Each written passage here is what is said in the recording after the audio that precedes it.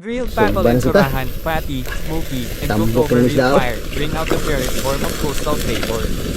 The skin crisps, the fat melts, and the briny aroma rises with the smoke, turning simple fish into a dish that feels both rustic and deeply satisfying.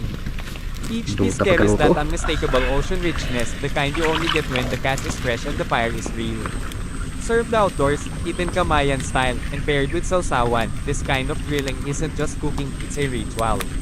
It's the sound of crackling charcoal, the scent of seawater still clinging to the fish, and the joy of sharing a meal that tastes like home and adventure at the same time. Would you feast like this? Ikaw.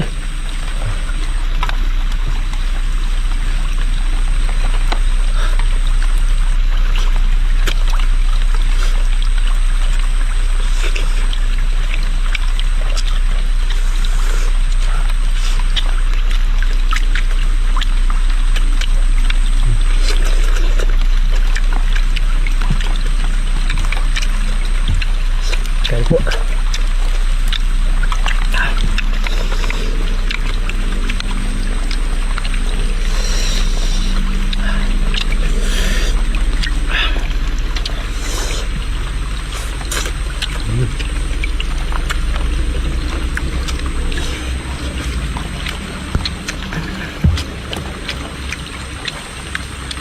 Ulan na ulan.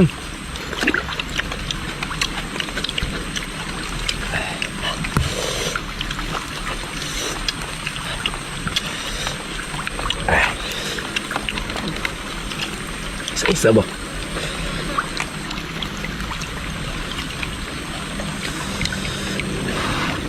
Tapi init. Di ba kamkam?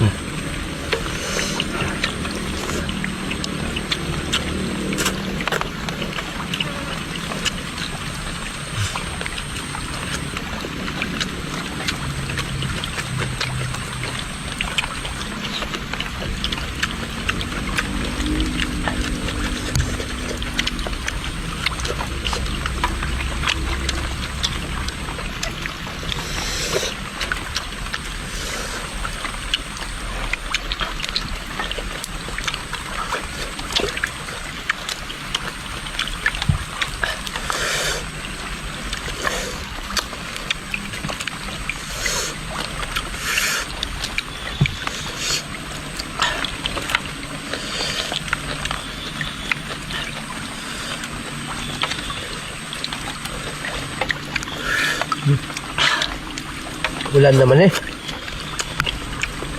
Ulan na ganyan. Tapos na ulan.